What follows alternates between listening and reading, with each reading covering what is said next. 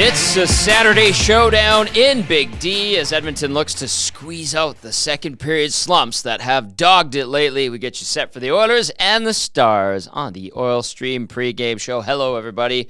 Good afternoon. Welcome to the Oil Stream pregame show. Tom Gazzola, YouTube Trev with you. Matt Kassian will be joining us shortly to help us get set for the Oilers and the Dallas Stars. Edmonton coming into this game. Tough loss the other night in St. Louis, 6-3.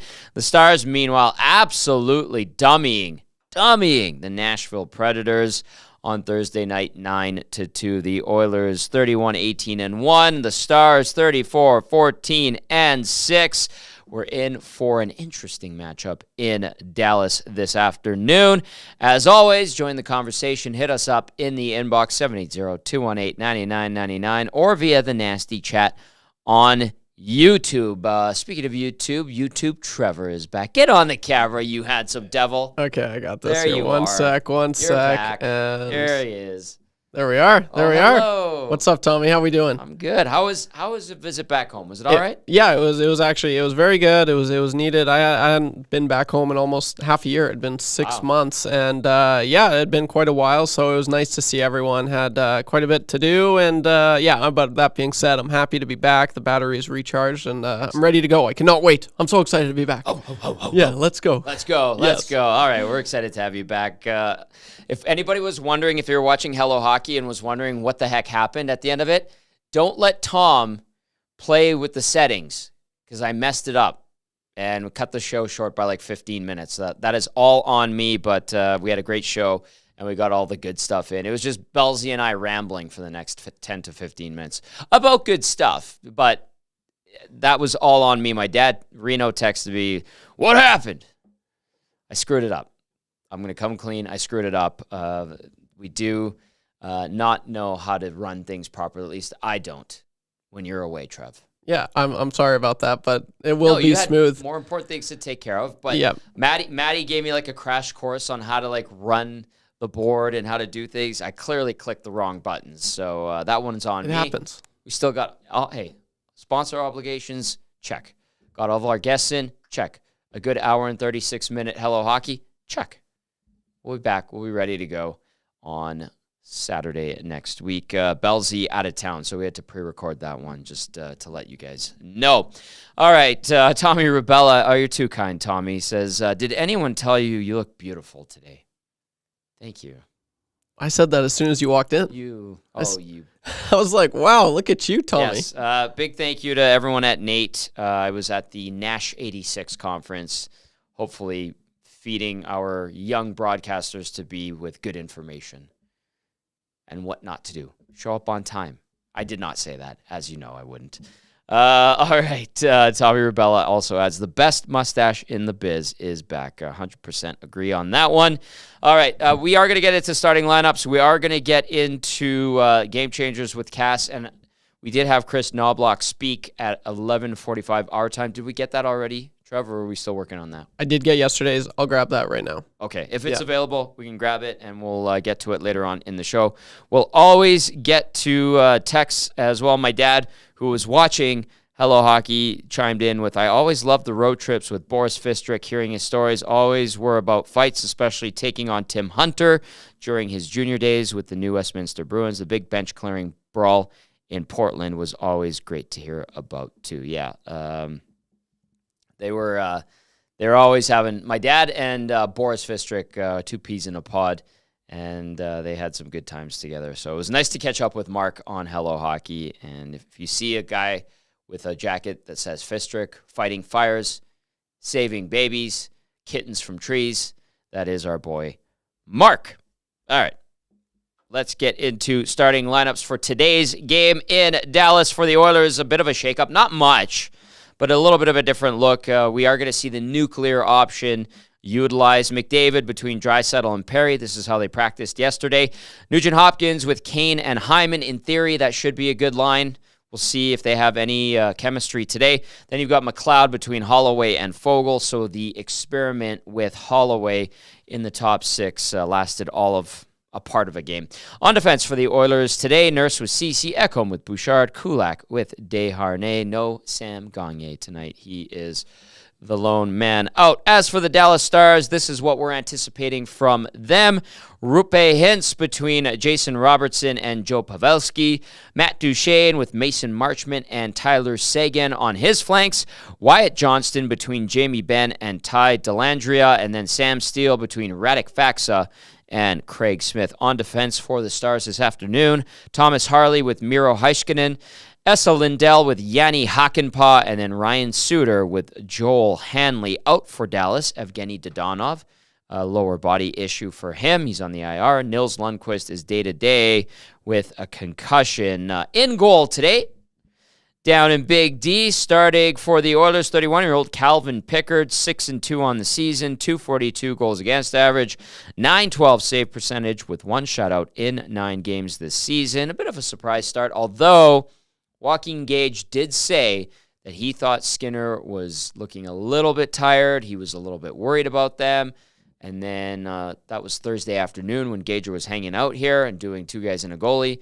And then that night, we saw Skinner, I think on the Torrey Krug goal. At least to me, it looked like Skinner. Maybe he wasn't in the zone, let's call it. And so maybe Dustin Schwartz, Chris Knobloch sees something there and decided, hey, we're going to give Skinner the afternoon off, and we're going to see if Calvin Pickard can give the Oilers a quality start. Pickard versus Dallas, 1-2-1.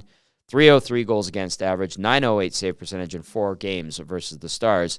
Over the course of his career, at the other end of the rink, we're anticipating 25-year-old Jake Ottinger, 29-2 on the season, 290 GAA, 906 save percentage, 1 shutout in 32 games this season. Ottinger versus Edmonton, a 2-2 record, 302 goals against average, 890 save percentage in 4 appearances versus the Oil over the course of his career. Your thoughts on today's action? Are you anticipating the Oilers to bounce back? Are they going to have another bad second period?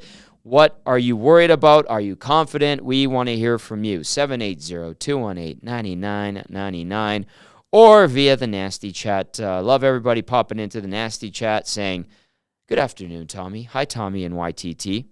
Did somebody's mustache get bigger, says Spency5Centsy. Hello, Joel. Hello, Sparky G. What's up, Penner's Pancakes, who says today is going to be a tough test for the Oilers. Yes, it is always rough sledding in general in Dallas for the Oilers, although better of late, 3-2 in their last 5 visits to Dallas. Nowhere near as bad as it was, 5 years ago, 10 years ago, certainly. The Oilers went from 1996 to, I think it was 2004, with never winning a game in Dallas. I have it right here, yeah. It took them, so they won January 17th, 1996. This is regular season only, obviously, and I'm only saying in Dallas. I'm cutting out the Minnesota North Stars years. So they won January 17th, 4-3 at Dallas, and then the next time they won a regular season game in Dallas was March 31st, 2004. No bueno. And then it's been like Edmonton would win one, then they'd lose like 4 or 5. Then they'd win one, then they'd lose 4 or 5. Then they'd win 2, then they'd lose like 4. And then in the last 5 visits, they've gone 3-2. Yeah.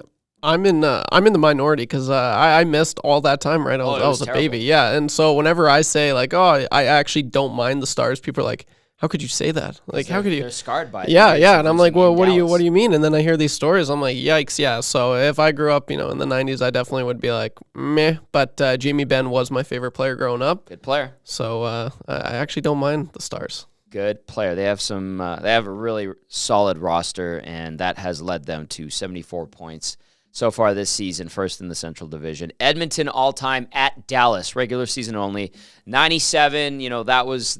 Well, they got them. The Oilers got them, and I think one year they took them to 6 games. I think it was like 2001-ish, somewhere around there. But all-time, the Oilers in Dallas since they moved from Minnesota, regular season only, 11-36-2 with 2 ties. I didn't know it was that bad. It's awful. Jeepers. Now, if you counted the Minnesota North Stars years, a much different record, certainly. But this is like Dallas. I go in Dallas, starting in 93, 94. Dang. Dang is right. No bueno. Again. No bueno. Again. 780-218-9999. EA chiming in. Hello, EA. Says, good afternoon. Tommy, this could be ugly with how they're regressing. EA at 2-3 in the 5 games since the All-Star / bye week break. And EA, let's see if they can stop the bleeding. Let's see if they can put together a solid 3 periods. Let's see if they can have a good second period. Second period has not been good the last 2 games. They had a strong third against Detroit. Saved their butts. Did not have a particularly great third period against St. Louis. Couldn't climb out of the hole. No more regression in the third period. Wake up. Maybe that's why Knoblauch went to the nuclear option with Draisaitl and McDavid together. We shall see.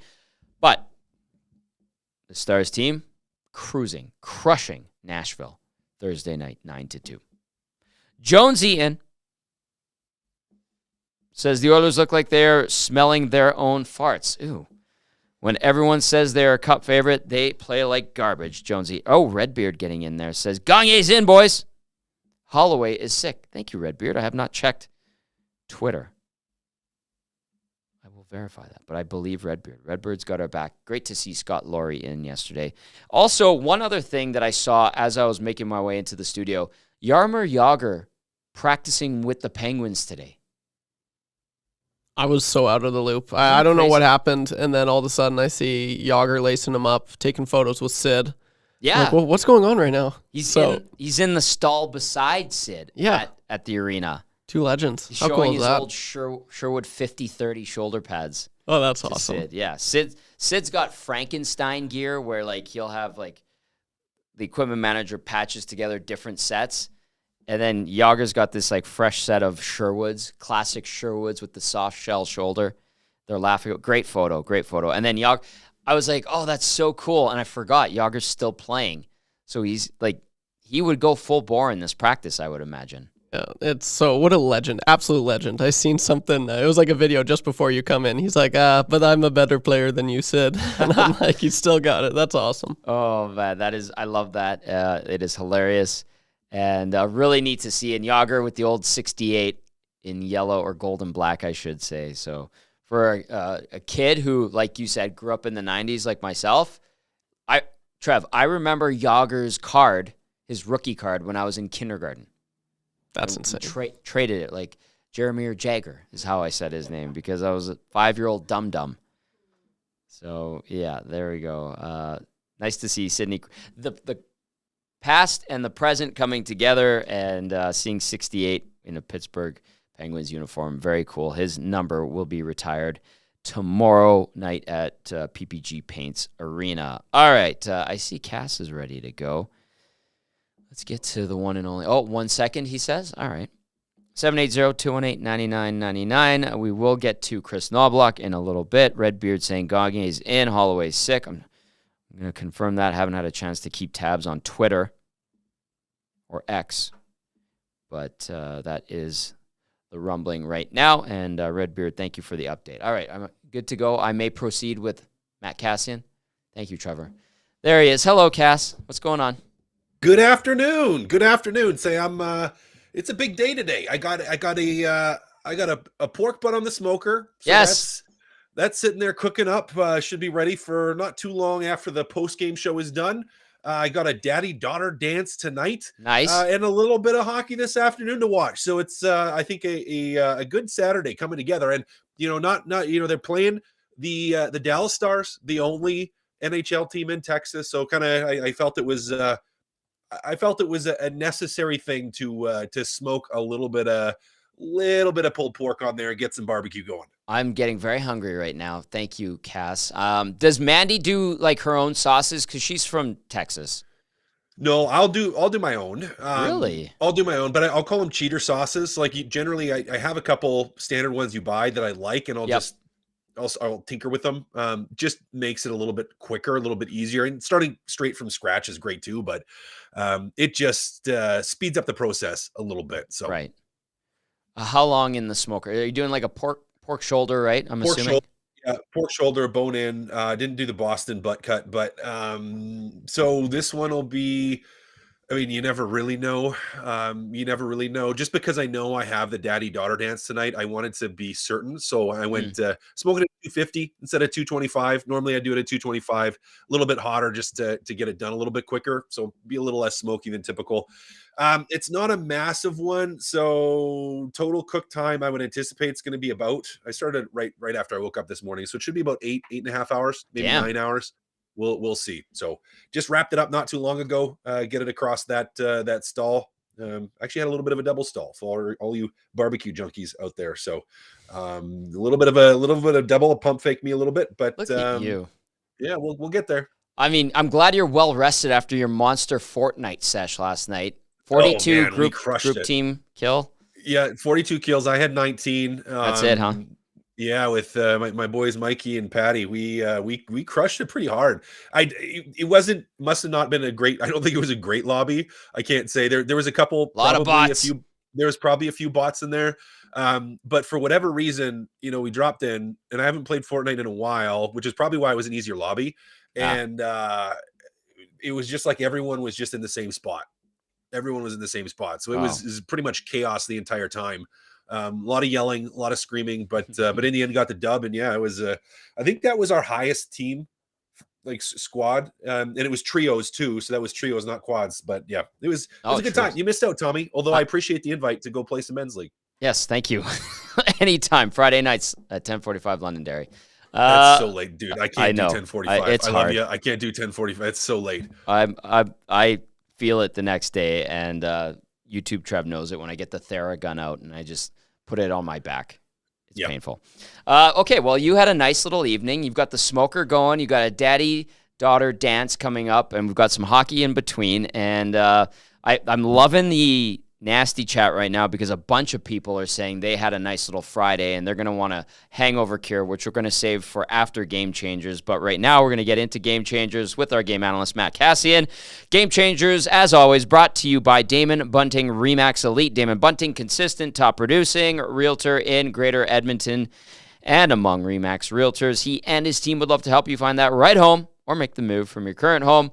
Community-driven. He understands what it takes to make a difference in our city. Check him out, DamonBunting.com, or visit his Instagram at Damon Bunting Real Estate. All right, Cass, we're starting off with number one and some numbers, 3.76. That is a high goals per game that the Dallas Stars are bringing into this one. One of the best lineups offensively and from a depth standpoint, maybe in the entire hockey league. They are the Dallas Stars are a really good team, and they put up a lot of offense. They have a really nice mix of old players and young players.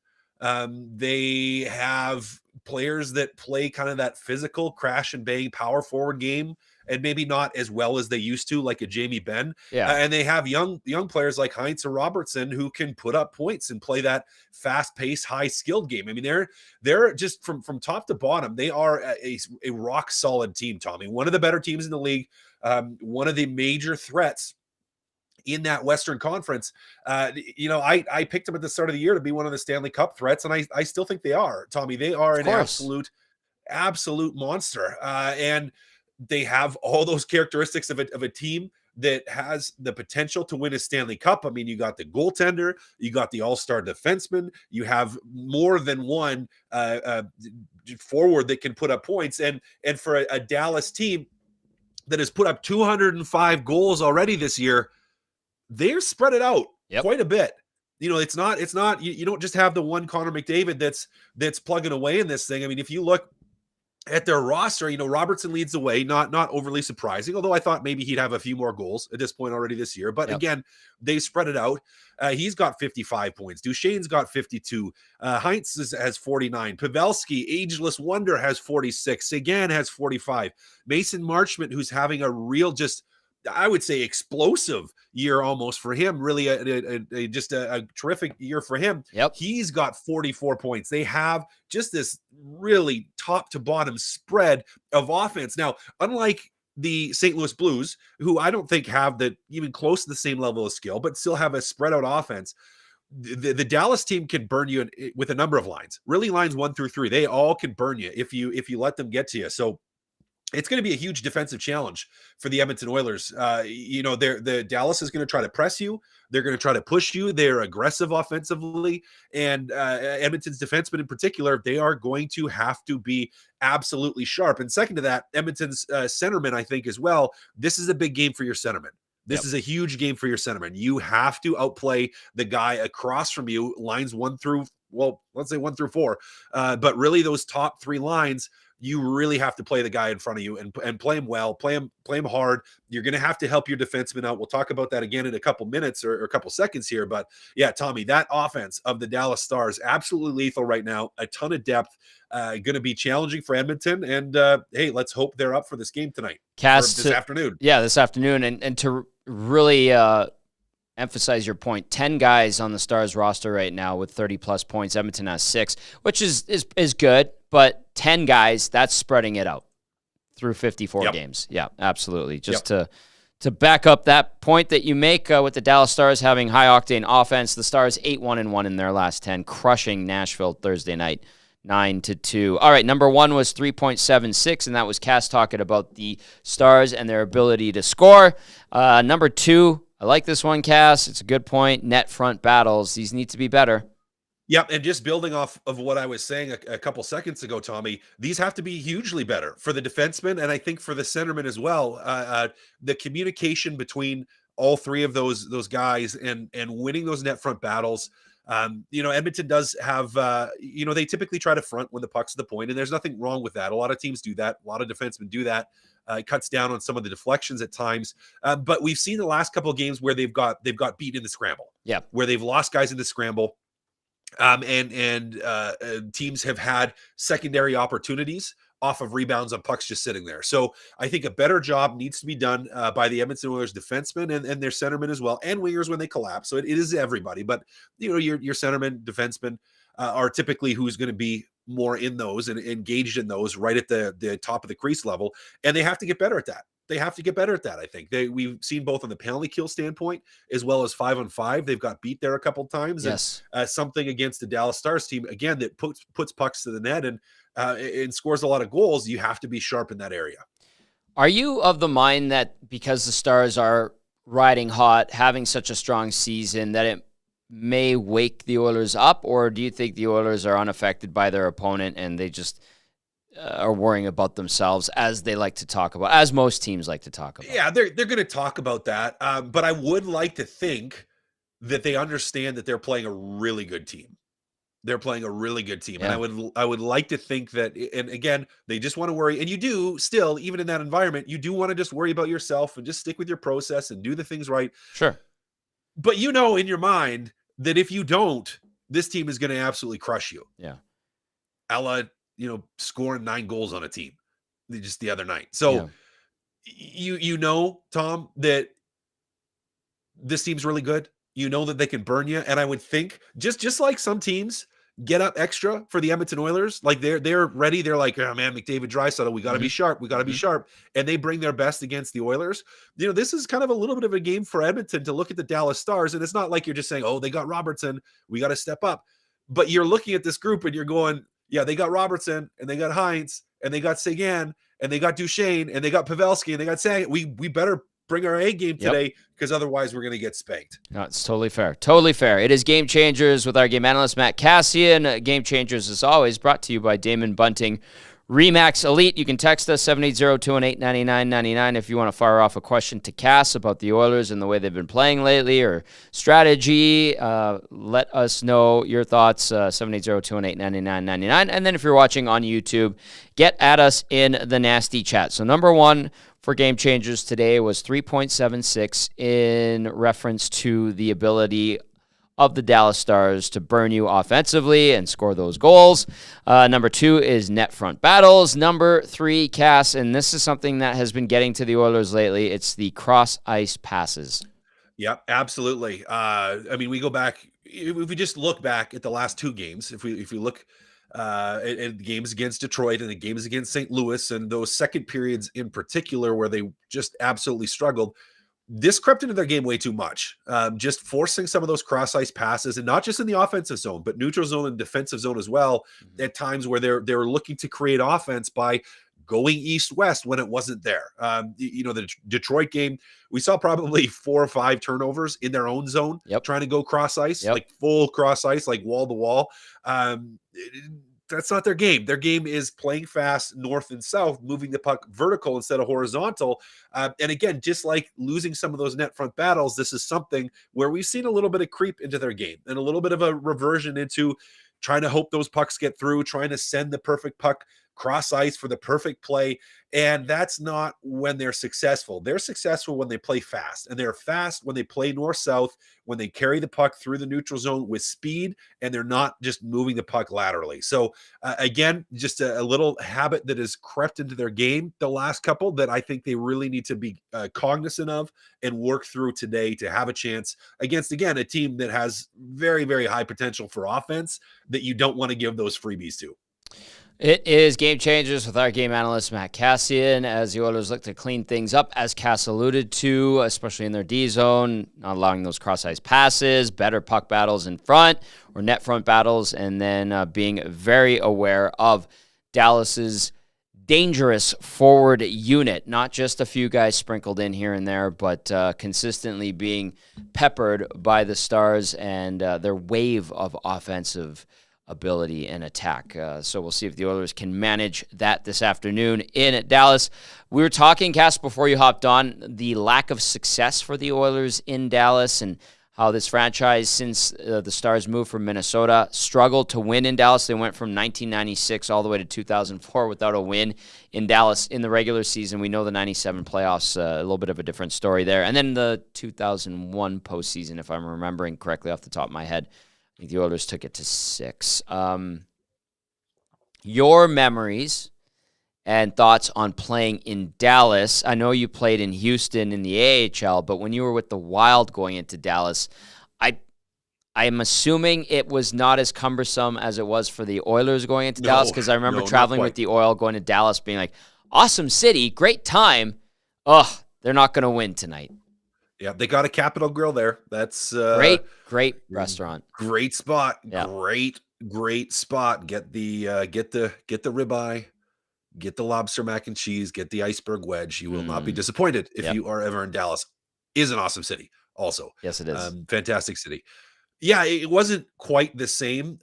They weren't at the level. I mean, I have so many memories of a kid just being so frustrated. I think I hated Darian Hatcher more than any other player. He was so more good. than any other player. And I look back now too, and it's like I hated Mike Modano so much. Like, he was so good too. And he was so good and just dominant against Edmonton.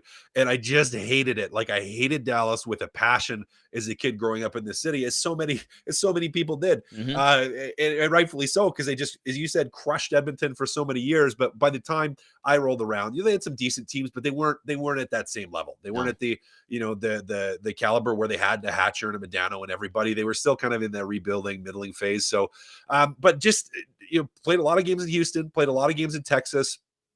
You want to talk about the ice the other day in LA, like when you have the quick turnaround. That's kind of how the ice always is in Texas. Yeah. You have the increased humidity. You have generally warmer temperatures outside, and yes, it's colder in the building, and yes, they have all the stuff under the ice to cool it down. But you just get a little bit more sludge and ice buildup. It is even more important, I would say, than typical to make sure that you're not having those east-west passes, because the ice is not great. You can't quite, in power play as well. I think, really have to have a shoot first mentality, because especially later in periods, you just get a thicker, heavier buildup on the ice. Pucks bounce a little bit more.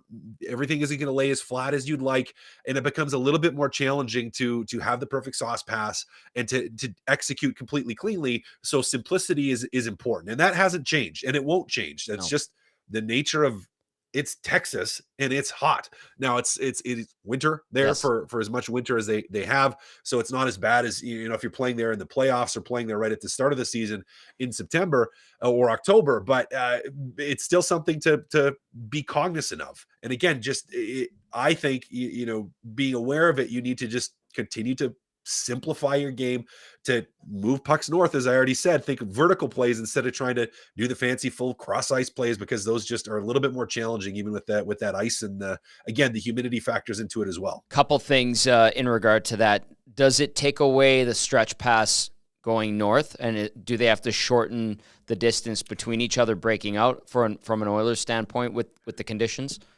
Yeah, well, maybe a little bit. I still think, there's the Edmonton Oilers are good at that stretch pass in transition, like through the neutral zone. So say it's a quick turnover, the puck is turned over at Edmonton's blue line, and they move it north quickly. Those you're still going to look for, because that's where they generate a lot. McDavid and Draisaitl in particular off the rush. That's their transition game there, and you don't want to completely get away from that.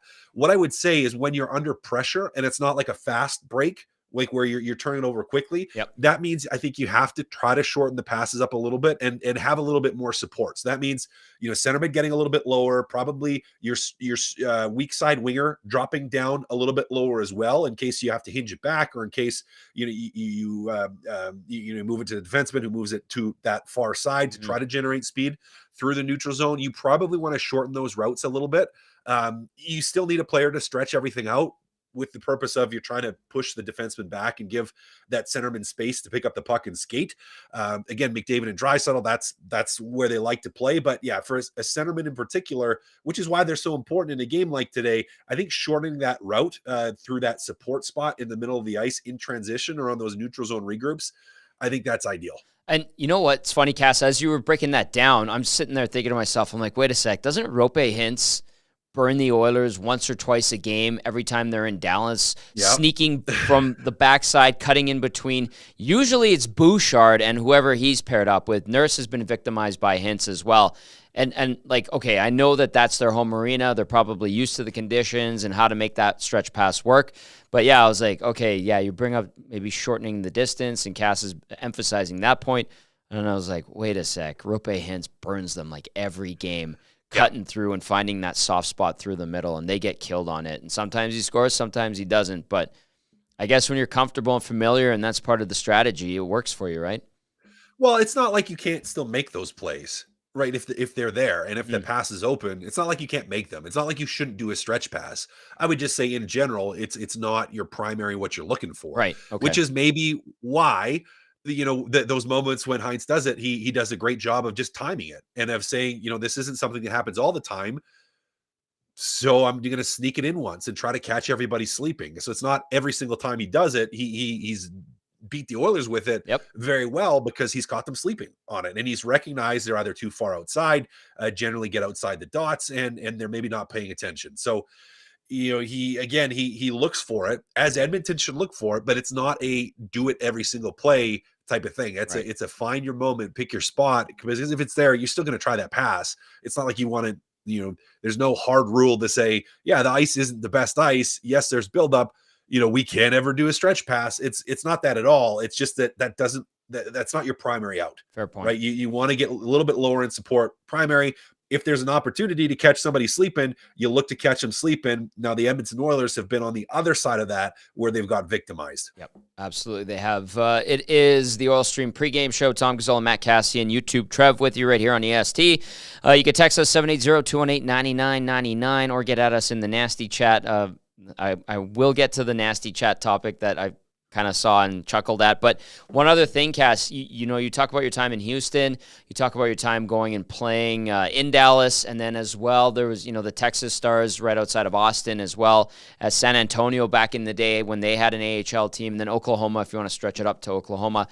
I had never seen the dehumidifiers that because like when they built the American Airlines Center, I think they put in permanent dehumidifiers, because that was a problem at Reunion Arena, and that ice got really bad, especially in May and June in the playoffs.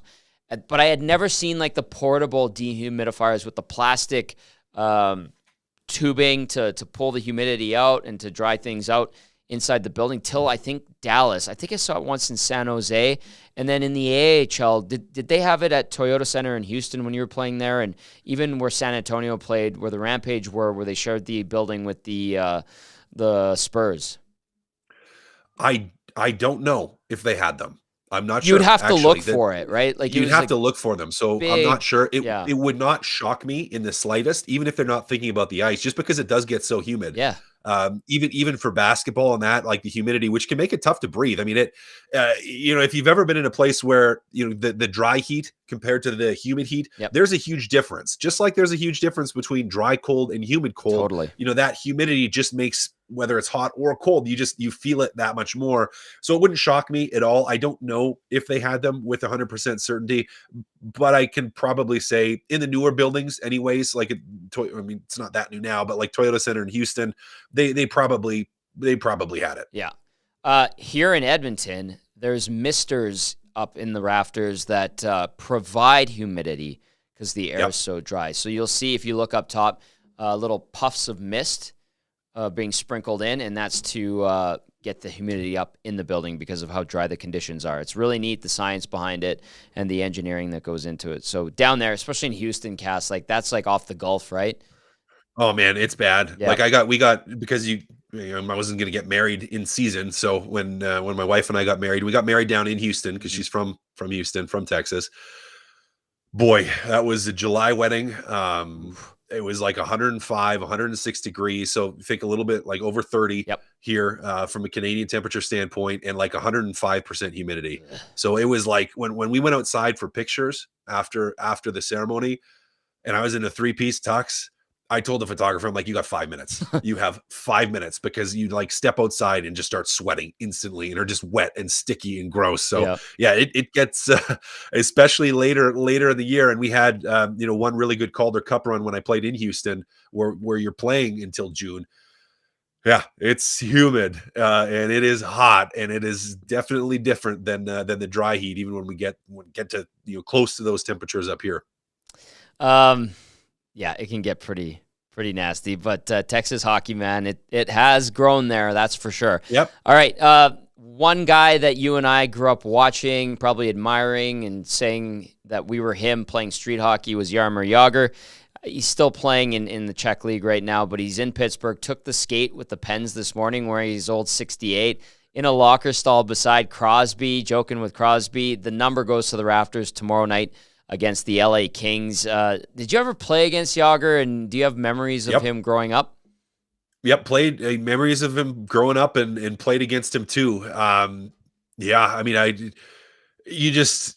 again, as an Edmonton fan in the early 90s, and that was probably right when I started, let's call it coming into my hockey awareness, even as like 5, 6, 7 years old, like where you really start to like the sport and pay attention to it. And that's right when Pittsburgh was unreal, and they had Lemieux and they had Jagr, and I had a Jagr rookie card somewhere. I think we trashed it, which is unfortunate looking back at it. But I mean, he was a special player to watch back then. And I remember how good he was and how good Mario was, and just being in awe and upset at times because they would just destroy the Oilers and destroy everybody for a number of years. And then, got a chance to play against him. And you hear interesting stories.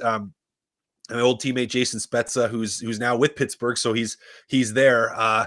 He had been trying for years. He was one, and different guys do this. They tried to collect other players' sticks, so they get them to sign one and give them one, so they have just a collection of all kinds of different guys that they have at their house. And he had been trying for years to get a Jagr stick, but Jagr was like obsessive about his sticks. Like, he had his own stick bag. They didn't go in the sticks with everybody else. The story that Spetz told, so I don't know if this is true or not, but I'm going to assume it is. Okay. Was that, he'd get his sticks made, and they would made over here in North America. And before he would use them, he'd get them shipped back to Europe, to the Czech, to get them blessed. Not surprised.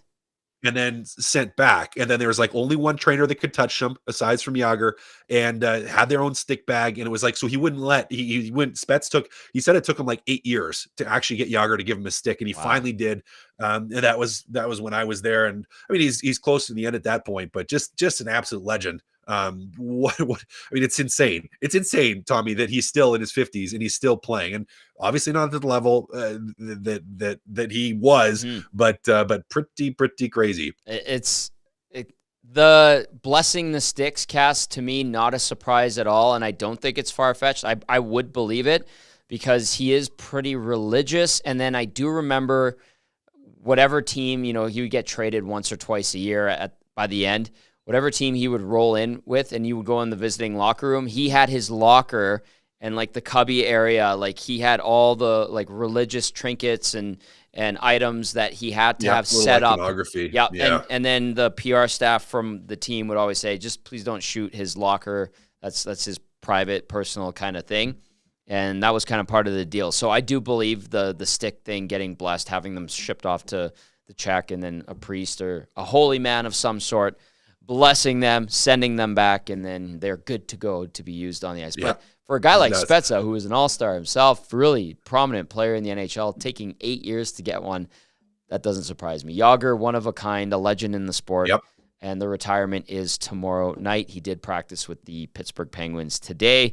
They take on the Kings. The Penguins do tomorrow evening. Okay, last one for you before we send you off to take care of that pork shoulder that you've got on the smoker. Hangover cure. We've got a bunch of people in the nasty chat that are like, I am hungover. We need a hangover cure. And then a guy like Finger Mover's in and says, I'm just here to relax. Big ups. All right, I like that Finger Mover. Finger Mover yesterday was a little bit spicier, but to those that are hungover and fighting it today, Cass, what say you? Well, not something that I ever have to deal with. But I'm going to tell you, the biggest thing with that is you're just dehydrated. You're dehydrated. So drink some water, drink some Gatorade, you get something with electrolytes. You need salt in your system. You need potassium in your system. Those are the primary two for the energy pumps in your systems and your body actually retaining water and fluid, which is ultimately what you need. So water, and like a Gatorade or something with electrolytes in it. But yeah, not something I have to deal with. So I don't really. No, that's not good. Experienced in that. That's good. Kay Gill says, Tom, I need a cure. What's good for hangover? James Smith says, I'm too hungover for the game. And then X-Ray J says, cracked beer 1 in the shower. Smoked my first. No, it's not a pork shoulder. Just crack-a-lack beer number 2. Time to put on my Oilers gear and cheer on the boys in Dallas with my bro and my sister. You know what, Cass? It's a mental game too. You get that rehydration. You have that happen, and then if you can get over the hump mentally of the hangover, that generally helps. Do whatever.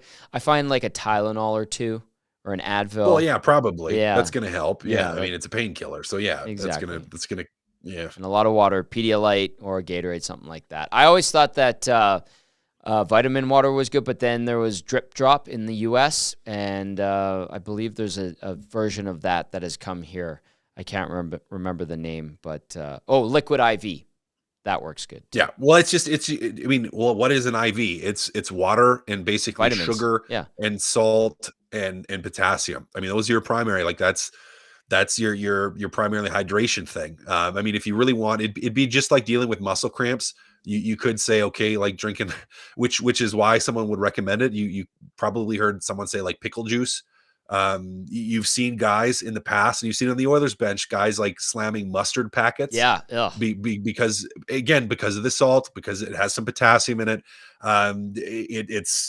That's generally what does it, because you're trying to get hydration and you're trying to get your body to retain water and get fluid back into it. So yeah, like anything that says like liquid IV, it's probably because it's got water, sugar, potassium, salt, the stuff that your body needs. Yeah. JCD says Tylenol bad for your liver, especially if you're drinking. I've just switched over to Advil. I hope that's better. I don't know. I'm not a doctor. I don't know. I'm not a doctor. I'm not a doctor like Dusty. Dusty's a self-proclaimed doctor. I think that was what he was talking about on the Nielsen show yesterday. All right, Cass, great stuff as always on Game Changers. Take care of that pork shoulder. Enjoy your lunch, and then we'll catch up with you on the post-game show. Absolutely, buddy. Sounds good. That is our game analyst, the one and only Matt Kassian with Game Changers, brought to you by Damon Bunting Remax Elite. If you didn't catch it, Cass said 3.76. That was the Dallas Stars and the clip that they score at. Lots of offense from them, having an excellent season, 74 points in 54 games so far, leading the Central Division. Cass said number 2 was net front battles. Oilers need to be better there. And then the cross-ice passes, they've been victimized by that in recent games, and that needs to be a point that they need to focus on today in Dallas. Jack says, eat a banana.